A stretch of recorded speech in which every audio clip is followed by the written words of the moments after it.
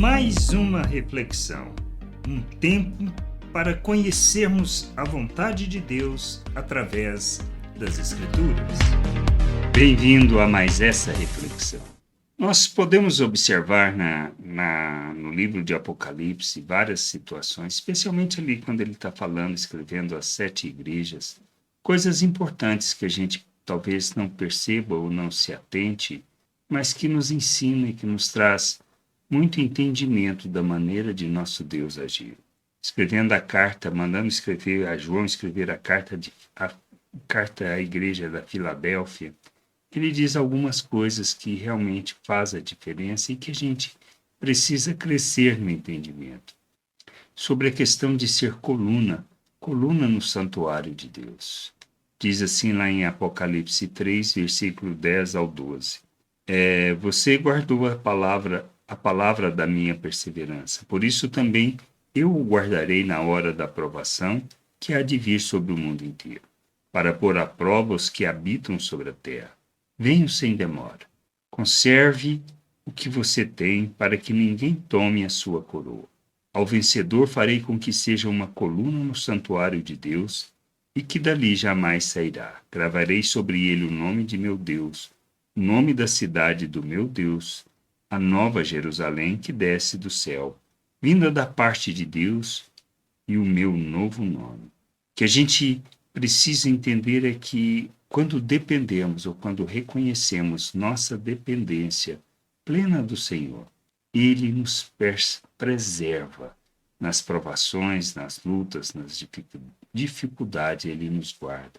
Quando a gente aprende a confiar, a gente lembra do Salmo 23, que mesmo que a gente esteja no vale da sombra da morte, a vara e o seu cajado nos consolam. Ele nos trilha, nos conduz nessa trilha, nessa jornada, para que a gente possa experimentar da plena confiança, da plena graça, do amor de Deus neste processo. Mas mais do que isso, perseverando, Ele nos faz colunas do santuário. Isso quer dizer o quê? Coluna é aquele que sustenta a obra de Deus, aquele que mantém. Quando a gente pensa em prédio e a coluna, a gente entende a importância do sustentar toda aquela obra. E quando fala que nós somos, Ele nos faz colunas, como escreveu a igreja da Filadélfia, e Ele nos faz coluna, a gente entende isso, ou seja, pessoas que, mesmo nas lutas, nas dificuldades, nas provações, são pessoas que sustentam a obra de Deus dentro do plano, dentro do propósito e do querer de Deus. Quando analisamos a história desde os apóstolos que começaram ali em Pentecoste, a gente vê a igreja passando por situações difíceis, por momentos difíceis, mas que Deus preserva essa obra através de pessoas.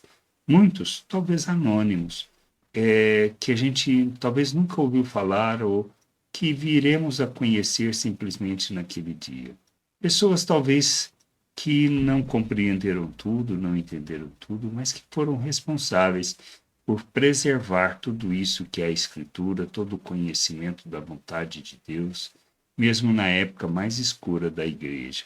A gente precisa entender isso. O que a gente precisa ser e aprender a ser é fiel, honrar o Senhor, glorificar o seu nome e fazer o que Ele nos chama para fazer.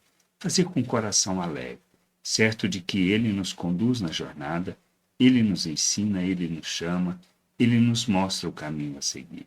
Que a gente possa entender isso, compreender estas coisas e sermos de Deus instrumento para o cumprir, o realizar, o manifestar da sua vontade neste mundo. Que a gente possa crescer em entendimento, em graça, diante do Senhor, fazer a obra que Ele nos chama, glorificar o seu nome. Graça e paz sobre a tua vida. Amém. Gostou da reflexão? Compartilhe. Não deixe de ler as Escrituras. Medite para poder crescer no conhecimento e vontade de nosso Deus e nosso Pai, para que, conhecendo o Senhor, possa o revelar ao mundo.